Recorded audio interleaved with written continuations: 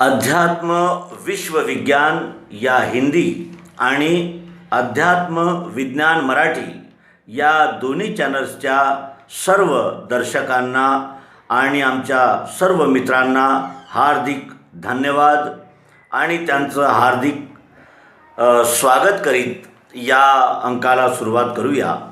या अंकामध्ये आपण शंका समाधान करणार आहोत आणि शंका स्टडी विथ स्मार्ट या यूट्यूब चॅनलकडून आलेली आहे आणि शंका अत्यंत अभ्यासपूर्ण असल्यामुळे या शंकेचं समाधान करता करता आपलंही चिंतन मनन आणि त्या विषयाच्या मर्माविषयी प्रत्यक्ष जाणून घेणं होणार आहे आणि त्यामुळे या सार्थक प्रश्नाला आपण उत्तर देणार आहोत। ते म्हणतात की तर्क करतो तो नास्तिक व बहिष्कृत ठरतो। तर्कशील आहे तो नास्तिक व पापी आहे। अज्ञानीच राहू द्या त्याला डोळस करू नका असे गीता म्हणते। निर्बुद्ध ब्रह्मज्ञानापर्यंत पोहोचू शकतात ज्ञानी व्यक्ती नाही असं गीता म्हणते। बुद्धीची साथ सोडल्याने ब्रह्मज्ञान प्राप्त होते असं गीता म्हणते। कृष्णाचे ऐकत नाहीत ते मूर्ख व नष्ट होणारे आहेत। आणि नष्ट म्हणजे काय?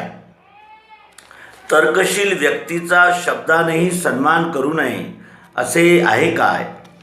गीतेत न बुद्धिभेदम जनये ज्ञाना, गीता अध्याय 3 26 श्लोक हे त्याला प्रमाण देतात। हे ईश्वराला शोभते काय? तो भेदभाव करतो।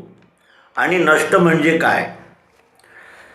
नंतर ते विचारतात की कठोपनिषदमध्ये 13व्या सर्गामध्ये 2 आणि 3 श्लोकामध्ये ब्रह्माला कोण प्राप्त करू शकत नाही याविषयी म्हटलेलं आहे। नायमात्मा प्रवचनेन लभ्यो न मेधया न बहुधा श्रुतेन या कठोपनिषदमधल्या 13व्या सर्गाचा 2 आणि 3 श्लोक ते उद्धृत करतात।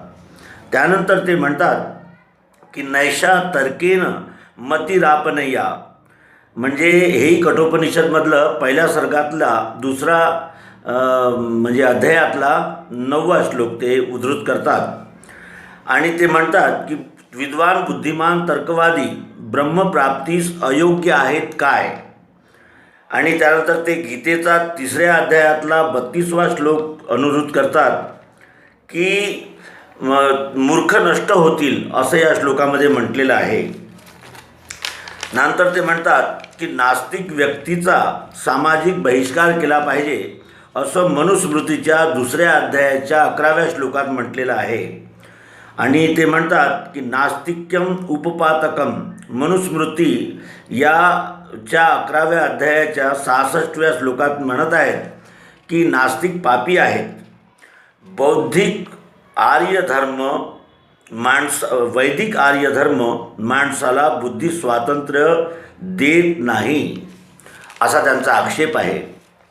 पत्र विस्तृत आहे, त्याला आपण आपल्या अल्पमतीने उत्तर देऊया।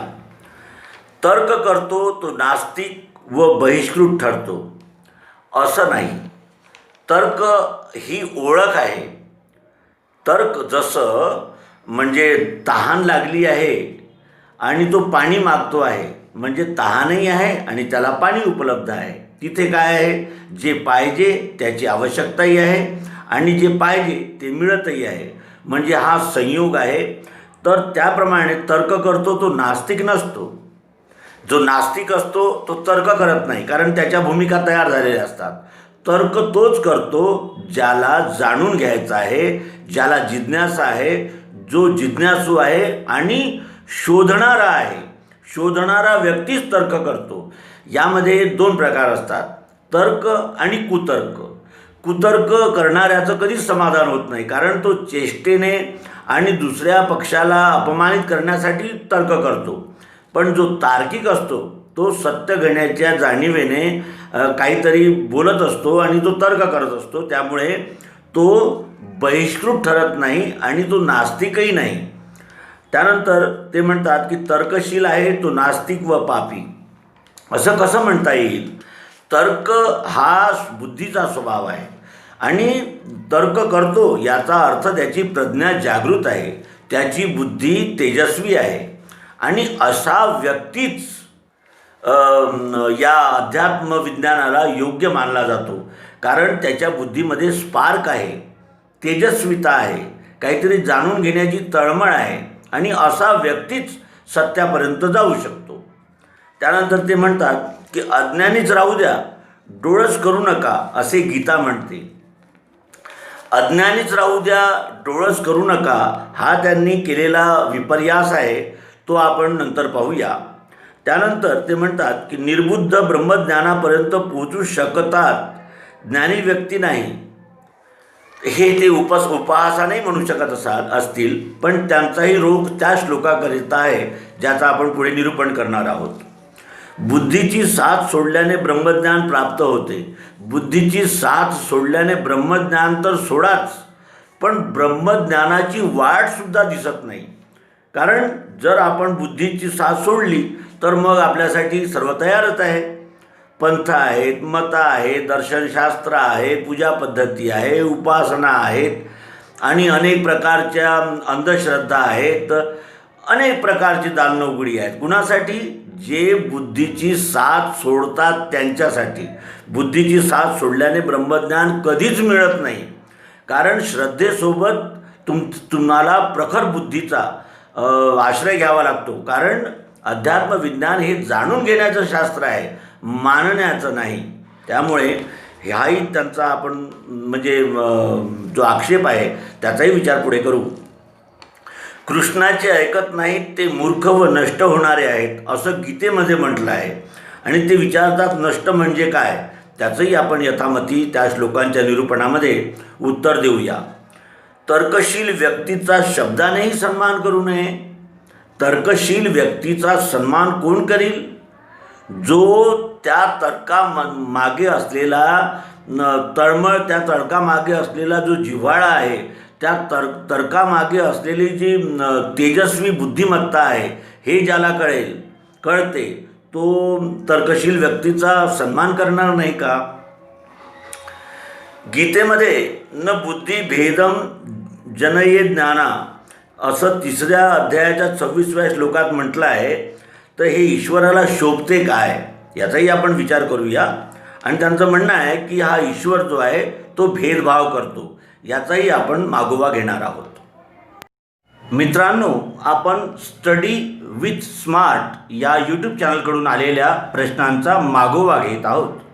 ते म्हणतात की गीतेच्या 3ऱ्या अध्यायातील 26व्या श्लोकामध्ये असं म्हटलं आहे की म्हणजे बुद्धिमान जे असतात त्यांना हे ज्ञान मिळणार नाही किंवा त्यांच्या हे ज्ञान पचणी पडणार नाही असं ते म्हणतात. तर हे ईश्वराला शोभते काय आणि तो भेदभाव करतो आणि नष्ट म्हणजे काय हे त्यांना जाणून घ्यायचं आहे. तर तो श्लोक पाहूया. न बुद्धिभेदम जनयत ज्ञानाम कर्मसंगिनाम जोषये सर्वकर्माणि विद्वान युक्ता समाचरण. द्वैत बुद्धि नहीं देना अज्ञानी कर्म संगी को, जोड़ना सब कर्मों ने ज्ञानी ने करके स्वयं. अज्ञानी आणि कर्मसंगी लोकांना द्वैत बुद्धी देऊ नकोस, देऊ नये. अज्ञानी आणि कर्मसंगी लोकांना द्वैत बुद्धी देऊ नये. त्यांना ज्ञानाने स्वतः करून सर्व कर्मामध्ये जोडलं पाहिजे. याचा अर्थ म्हणजे वेगळाच आहे आणि त्यांनी जो अर्थ ग्रहण केला तोही म्हणजे त्याच्या मूळ अर्थाला सोडून आहे. तर हे आपण पाहूया याचा विस्तृत काय की अज्ञानी कुणाला म्हणतात? ज्याला ज्ञान नाही, म्हणजे ज्याला ज्ञानाचा प्रकाशसुद्धा नाही. आणि कर्मसंगी म्हणजे आपल्या आपल्या कर्मामध्ये लागलेला आहे. जसं प्रत्येक आपल्या आपल्या कर्मामध्ये लागलेला आहे आणि त्यांना आपण द्वैत बुद्धी देऊ नये. याचा अर्थ काय आहे? द्वैत बुद्धी कशाला म्हणतात? ज्याच्यात दोन भाग आहे, मी आणि तू, हे आणि ते, याला द्वैत म्हणतात. द्वैतमध्ये दोन भूमिका येतात.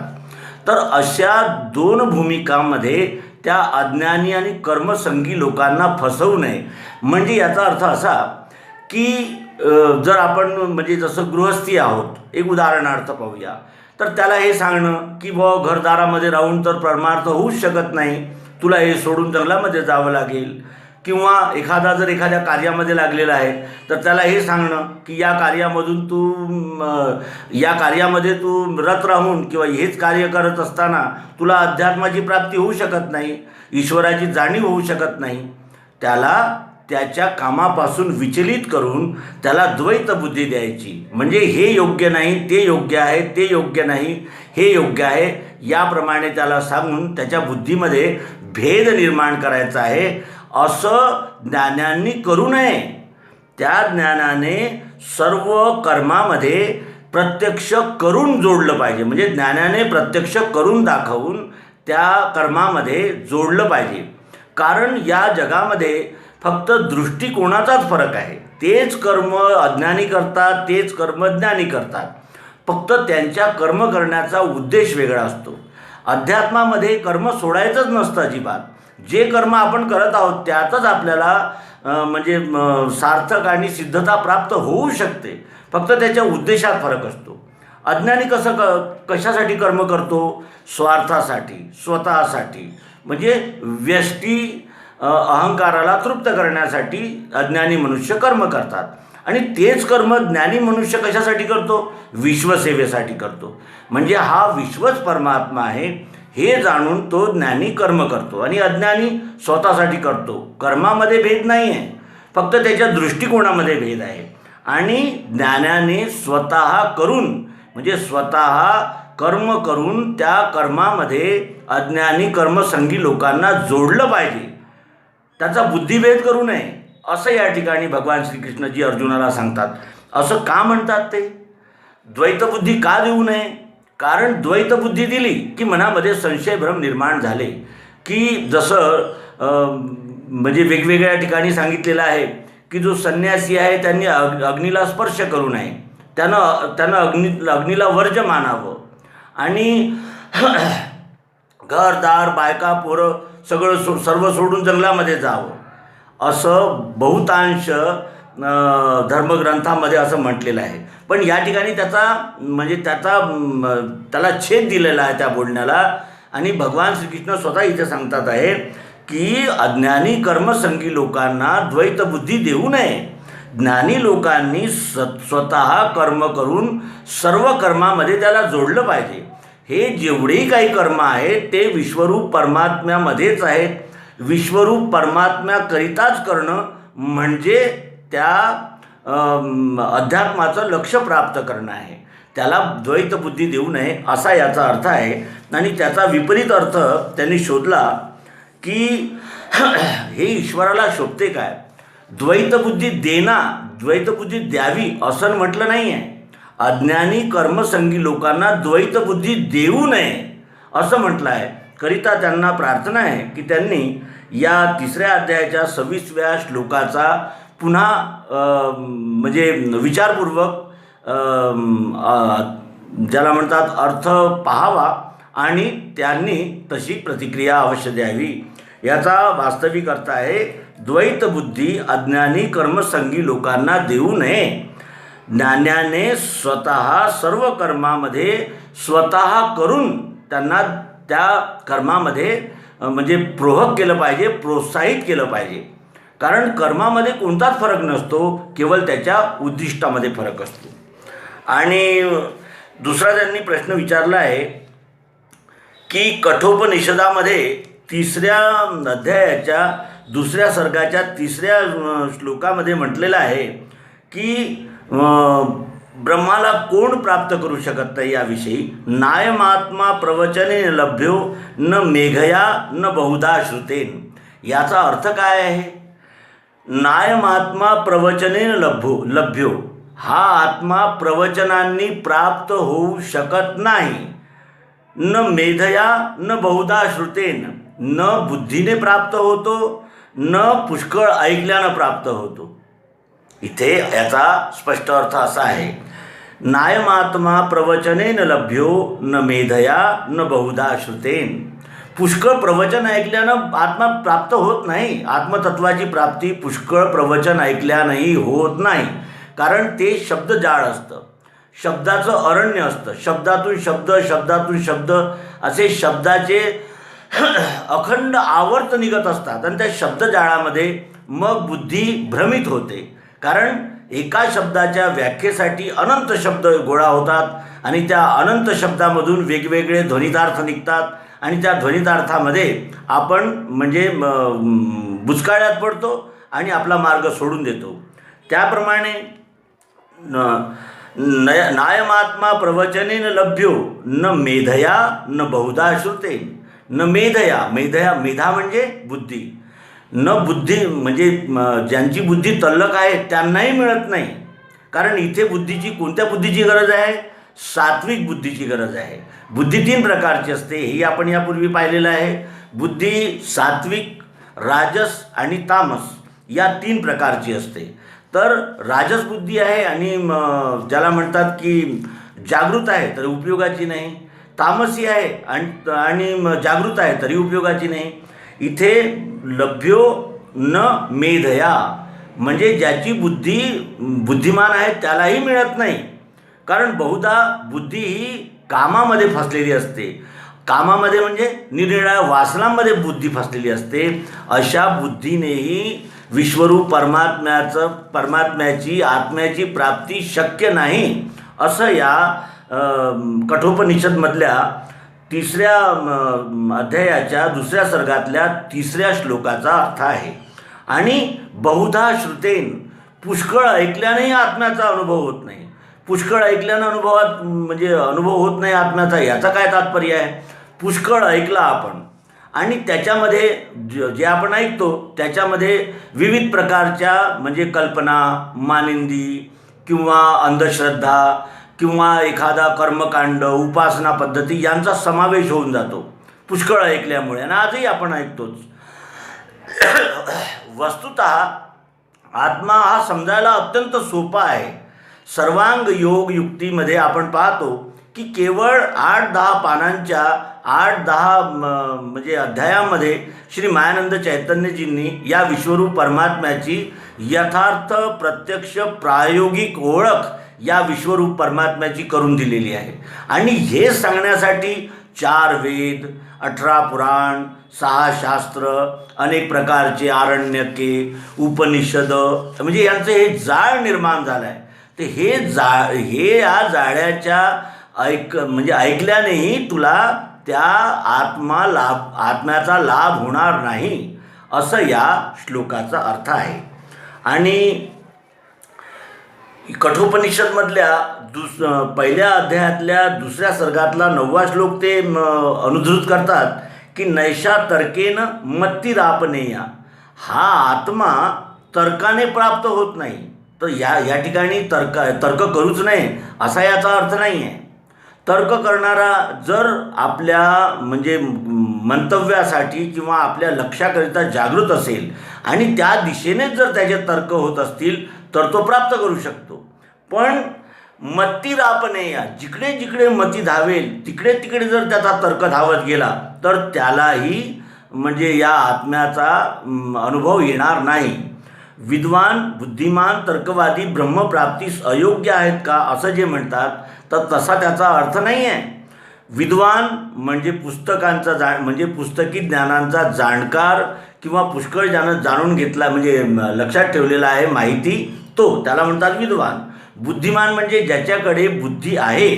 बुद्धी ही 3 प्रकारची आहे हेही आपण पाहिलं. त्यातली जे राजस आणि तामस बुद्धी आहे त्यांच्यासाठी आहे. आणि तर्कवादी म्हणजे ज्यांचा तर्कामध्येच विश्वास आहे. आणि अध्यात्म विज्ञान हा तर्काचा विषय नाही आहे, हा तर प्रायोगिक प्रत्यक्ष म्हणजे जाणून घेण्याचा विषय आहे. त्याच्यामुळे ते म्हणतात की नैषा तर्केनं मत्तिरापनेया म्हणजे तर्काने आणि आपल्या बुद्धिबलाने हा आत्मा जाणता येणार नाही. तर हा कशामुळे जाणता येतो? सद्गुरूद्वारे तत्वदर्शनाच्या मार्गाने प्रत्यक्ष यथार्थ जाणून घेतल्याने हा आत्मा आपल्याला कळतो, आपल्याला त्याचा लाभ होतो. त्यानंतर ते गीतेच्या 3ऱ्या अध्यायातल्या 32व्या श्लोकाकडे निर्देश करतात आणि म्हणतात की मूर्ख नष्ट होतील का. तर हेही आपण पाहूया. 3ऱ्या अध्यायाचा 32वा श्लोक. 3ऱ्या अध्यायाच्या 32व्या श्लोकामध्ये काय म्हटलं आहे? ये त्वेतदभ्यो सुयंतो नानुतिष्ठन्ति मे मतं सर्वज्ञान विमूढ़ास्तान विद्धि चेष्टान चेतसः. मेरे सिद्धांत की निंदा करते हैं आचरे नहीं, वे सब मूर्ख अज्ञानी भ्रमी है नष्ट हो चुके. माझ्या सिद्धांताची जे निंदा करतात आणि आचरण करत नाही, त्याचा वास्तविक अर्थ काय आहे? माझ्या सिद्धांताची निंदा करतात, आचरण करीत नाहीत, ते सर्व मूर्ख अज्ञानी भ्रमी आहेत आणि ते नष्ट झालेलेच आहेत. आता या ठिकाणी नष्ट हा शब्द वापरला आहे त्यांनी. माझ्या सिद्धांताची निंदा करतात. श्रीकृष्णजींचा सिद्धांत कोणता आहे? 11व्या अध्यायामध्ये विश्वरूप दर्शन करवलेलं आहे त्यांनी. तो त्यांचा मूळ सिद्धांत आहे. हा विश्वच परमात्मा आहे. हे त्यांनी प्रत्यक्ष प्रयोगाद्वारे त्या युद्धभूमीवर अर्जुनाला दाखवलं आणि हा श्रीकृष्णजींचा सिद्धांत आहे की हा विश्वच परमात्मा आहे. या सिद्धांताची जे निंदा करतात, या सिद्धांताची निंदा कोण करतात? जे जातीवादी आहे, जे भेदभाव बाळगतात किंवा जे ज्ञानाचा उपयोग दुसऱ्याला लज्जित करण्यासाठीच करतात, स्वतःचं आडंबर वाढवणे, पाखंड निर्माण करणे, आपलं प्रस्थ निर्माण करणे, यासाठी जे लोक या विद्येचा उपयोग करतात ते माझ्या सिद्धांताची निंदा करतात आणि आचरण करत नाहीत. हा विश्वच परमात्मा आहे हे प्रत्यक्ष तत्वदर्शनाद्वारे जाणून विश्वरूप परमात्म्याची सेवा, कर्तृत्वाभिमान सोडून आणि फलासक्ती सोडून जे करत नाहीत, जे आचरण करत नाहीत, ते सर्व मूर्ख आहेत. मूर्ख म्हणजे मूर्ख कशाला म्हणतात? जे करायला पाहिजे ते न करणे, जे करायचं नाही ते अवश्य करणे, जे भोग, ऐश्वर्य, मान, सन्मान आणि कुल आणि आपल्या जातीचे कर्म, अंधविश्वास, अंधश्रद्धा यांच्या मागे जे चालतात त्यांना मूर्ख म्हणू आपण. आणि अज्ञानी कोण आहे? ज्यांना या ज्ञानाची आवश्यकताच वाटत नाही, ज्यांना हे वाटते की खाओ पिओ मजा करो, काय ठेवलं आहे या जगामध्ये? खा प्या मजा करा, एक दिवस आलेला आहे, एक दिवस जायचा आहे, कोण कुणाचा आहे, कुणासाठी करायचं आहे, हे सर्व मलाच भोगायचं आहे, माझ्यासाठी जे सर्व निर्माण झालेलं आहे, अशा बुद्धीने या विश्वरूप म्हणजे विश्वासोबत संबंध ठेवणाऱ्याला अज्ञानी म्हणतात. तर माझ्या सिद्धांताची निंदा करतात आणि आचरण करीत नाहीत, ते सर्व मूर्ख आहेत, अज्ञानी आहेत, भ्रमी, त्यांना भ्रम झालेला आहे. म्हणजे जसं एखादा व्यक्ती एखाद्या पुनाड्यामध्ये एखादी फोटो लावून घेतो किंवा एखादी प्रतिमा ठेवतो आणि तो समजतो की केवळ या प्रतिमेमध्येच ईश्वर आहे आणि मग तिथेच प्रार्थना करतो, तिथेच आपलं जे काही पूजा पद्धती आहे त्या करतो आणि समजतो की मी ईश्वराची भक्ती करीत आहे. हा काय आहे? भ्रम आहे, भ्रम. आणि हा भ्रम ज्यांना आहे ते नष्ट झालेलेच आहेत, नष्ट झालेलेच आहेत ते, कारण त्यांचं आयुष्य वायाच गेलं, कारण ते अज्ञानामध्ये आणि अंधश्रद्धा, अंधविश्वासामध्ये फसले. आता ते त्यातून निघू शकत नाही, कारण त्यांची बुद्धी जी आहे ती कशी आहे? म्हणजे तामसी बुद्धी आहे. म्हणून ते म्हणतात की माझ्या सिद्धांताची निंदा करतात आणि आचरण करीत नाहीत, ते सर्व मूर्ख आहेत, अज्ञानी आहेत, भ्रमी आहेत आणि ते नष्ट झाले असं समज. असं का म्हणतात ते? त्याचंही उत्तर त्याच्या पुढील श्लोकामध्ये भगवान श्रीकृष्णजी सांगतात की सदृशम चेष्टते स्वस्या प्रकृते ज्ञानवानपि प्रकृतीं यान्ति भूतानि निग्रहा किं करिष्यति. अरे अर्जुना, स्वभावाने ज्ञानीसुद्धा आपल्या कर्मांना करतो. ज्ञानालाही आपला एक विशिष्ट स्वभाव असतो आणि त्या स्वभावानुसारच ज्ञानीही आपलं कर्म करतो. आणि स्वभावानेच हे सगळी जीवसृष्टी चालत असते. आपल्या आपल्या स्वभावानेच हे जीव चालतात. त्याच्यामुळे त्यांना आपल्या स्वभावापासून विचलित करण्याचा हट्ट अयोग्य आहे. स्वभाव से स्वयं ज्ञानी करे हैं निज कर्म को, स्वभाव से चले भूत हट का काम क्या वहाँ. अरे ही सगळी जीवसृष्टी स्वभावानेच चालते आहे. त्या स्वभावापासून त्याला विचलित करून मी आपल्या मताप्रमाणे त्याला चालवीन असा हट्ट करणं हे अयोग्य आहे.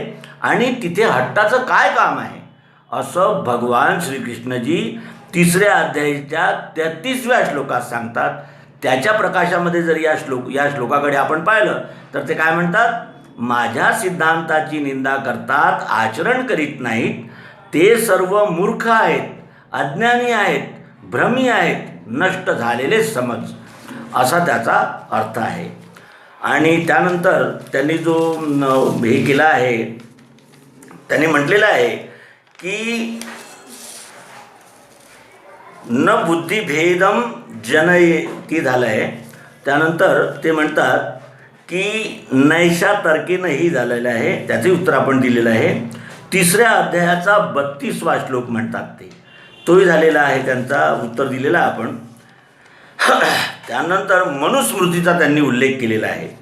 ते म्हणतात की नास्तिक व्यक्तीचा सामाजिक बहिष्कार करा असं मनुस्मृतीच्या 2ऱ्या अध्यायाच्या 11व्या श्लोकात म्हटलेलं आहे. नास्तिक्यम उपपातकम असं ते म्हणतात. नास्तिक व्यक्तीचा सामाजिक बहिष्कार करा असं याचा अर्थ आपण कसा घेऊ शकतो. नास्तिक्यम उपपातकम, नास्तिक कुणाला म्हणतात, ज्यांचा या विश्वावर विश्वासच नाही, ज्यांचा विश्वास फक्त चार्वाक मताचे जे असतात, म्हणजे कर्ज करा पण मजा करा, काहीही हो, पुण्य हो पाप हो, कोण आहे पाहणारा, या विश्वामध्ये नियंत्रण नावाची वस्तूच नाही आहे. जे आपण करू तसं होईल आणि जसं आपल्याला वाटते तसं करा, मजा करा, काय कसंही करा, मजा करा आणि एक दिवस आलेलो, एक दिवस जायचं आहे, कुणाला उत्तर द्यायचं आहे, पुढचा जन्म कुणी पाहिला. म्हणजे या विचाराचे जे लोक असतात त्यांना नास्तिक म्हणतात. आणि या नास्तिक विचारधारेमुळे ते वाटेल ते पाप करण्यास म्हणजे हे होतात, प्रवृत्त होतात. नास्तिक लोक कोणतेही कार्य करायला मागे पुढे पाहत नाही. का? कारण त्यांना हे माहीत आहे की या विश्वामध्ये नियंत्रण नावाची वस्तूच नाही आहे, आपण जे करू ते होईल. असे जे चित्तविभ्रांत झालेले लोक आहे त्यांना म्हणजे ते पापी आहेत. का बरं? आस्था आणि नास्तिकता हे 2 भाग आहेत. आस्था म्हणजे या विश्वामध्ये आपल्याला राहायचं आहे, या विश्वामध्ये आपण जसं करू तसं फळ मिळेल, आपण सर्वांशी प्रेमाने राहू तर आपल्याला प्रेमच मिळेल, आणि या विश्वाशी आपण समरसतेचा प्रेमाचा व्यवहार जर करू तर आपल्यालाही म्हणजे सुखशांतीचं कारण होईल आणि आपल्यालाही आनंद मिळेल. आपण सर्वांसोबत म्हणजे हे विश्वच परमात्मा आहे. इथे प्रत्येक घटक हा एका साखळीसारखा जोडलेला गेलेला आहे. हे विचार ठेवणं म्हणजे आस्तिक्य. नास्तिक म्हणजे या विश्वात कोण आहे नियंत्रण करणारा, माझ्याजवळ बल आहे. आणि याविषयी विस्तृत जर आपल्याला जाणून घ्यायचं असेल तर आपण गीतेचा दैवासूर संपद विभाग हा अध्याय क्रमांक 16 आणि 17 ह्या आपण अवश्य पाहिला पाहिजे.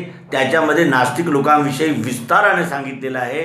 श्रीमद भगवद्गीतेचा 16वा अध्याय आणि 17वा अध्याय, श्रद्धात्रय विभाग योग आणि दैवासूर संपद विभाग योग, या दोन्ही अध्यायांकडे जर आपण नीट लक्षपूर्वक पाहिलं म्हणजे आपल्याला कोणत्या लोकांसाठी हे म्हटलेलं आहे याची आपल्याला जाणीव होईल. त्यानंतर ते दुसरा एक म्हणजे तर्क देतात की वैदिक आर्य धर्म माणसाला बुद्धी स्वातंत्र्य देत नाही. बुद्धी स्वातंत्र्य या शब्दाचा अर्थ आहे की बुद्धीनं म्हणजे चिकित्सा करावी हे नाकारतो. तर वास्तविक हे असं आहे का? बुद्धीला नाकारलं जर असतं या वैदिक म्हणजे संस्कृतीने किंवा या वैदिक सिद्धांताने जर बुद्धीला नाकारलं असतं तर इतकं विस्तृत साहित्य निर्माण झालं असतं काय? आणि प्रत्येक ठिकाणी आपण पाहतो, जसं रामायणामध्ये पाहतो की याज्ञवल्क आणि यांचा संवाद आहे आणि शिवपार्वतींचा संवाद आहे, अनेक ऋषींचे संवाद आहे, म्हणजे प्रश्न उत्तर आहे. गीतेमध्ये सुद्धा अर्जुन श्रीकृष्णजींचा संवाद आहे आणि वेदामध्ये सुद्धा विविध म्हणजे ऋषींनी विचारलेल्या प्रश्नांचा विचार आहे, प्रश्नांना दिलेली उत्तर आहेत. तर प्रश्नोत्तरी ही कधी होते? जर जसं इतर धर्मग्रंथ आहेत त्यांचं आपण नाव घेणार नाही आहोत, पण आपण जर इतर धर्मग्रंथामध्ये पाहिलं तर तिथे काय आहे, जे लिहिलं ते अकाट्य, मग ते खोटंही असलं तरी. जसं हे पृथ्वी फिरत नाही, ही पृथ्वी स्थिर आहे. आणि ती कशामुळे? तर आमच्या ईश्वराने तिला असं स्थिर करून ठेवलेलं आहे. आणि ते लोक आजही हे मानायला तयार नाहीत की ही पृथ्वी फिरते आणि प्रदक्षिणा करते, असं ते आजही मानायला तयार नाही. म्हणजे काय, तिथे प्रश्न उत्तर नाहीत, तर तिथे केवळ त्या ग्रंथामध्ये जे लिहिलं आहे ते डोळे मिटून स्वीकार करा आणि त्याच्या अनुसारच चला. ते जर सोडलं तुम्ही तर तुम्ही नास्तिक आहात आणि धर्मभ्रष्ट आहात. तसं या वैदिक सनातन धर्मामध्ये, वैदिक सनातन सिद्धांतामध्ये असं अजिबातच नाही आहे. इथे प्रश्न करायला मोकळीक आहे. प्रश्न केल्याने, जसं आता हे तुमची प्रश्न आलेत त्यांचा आम्ही काय केला, विचार केला, साधक बाधक चर्चा केली आणि त्याच्यावरून मग आम्हाला मनन चिंतन करायला वाव मिळाला. आम्हालाही हे जाणायला मिळालं की आपण काय म्हणत आहात, श्लोक काय म्हणतो आहे आणि त्या श्लोकामध्ये काय सांगितलेलं आहे आणि ते आपल्याला कसं आत्मसात करता येईल त्यातलं तत्त्व, यासाठी आपण चर्चा केली. या चर्चेमध्ये काय झालं, काही आपल्याला कळलं, काही आपल्यामुळे आम्हालाही लक्षात आलं. म्हणजे दोन्ही पक्षाचं भलंच झालं, कल्याणच झालं. हे केवळ सनातन वैदिक धर्मामध्येच होऊ शकते. अन्य धर्मांमध्ये निव्वळ त्या धर्मग्रंथामध्ये लिहिलेल्याप्रमाणे वागा, त्याच्यावर श्रद्धा ठेवा, कोणताच प्रश्न विचारू नका. तुम्ही जर प्रश्न विचारला तर तुम्ही अनिश्वरवादी आहात आणि तुम्ही ईश्वरासोबत विद्रोह करता, असं ध्वनित होते. तसा आपला सिद्धांत नाही, तशी आपली सभ्यता नाही.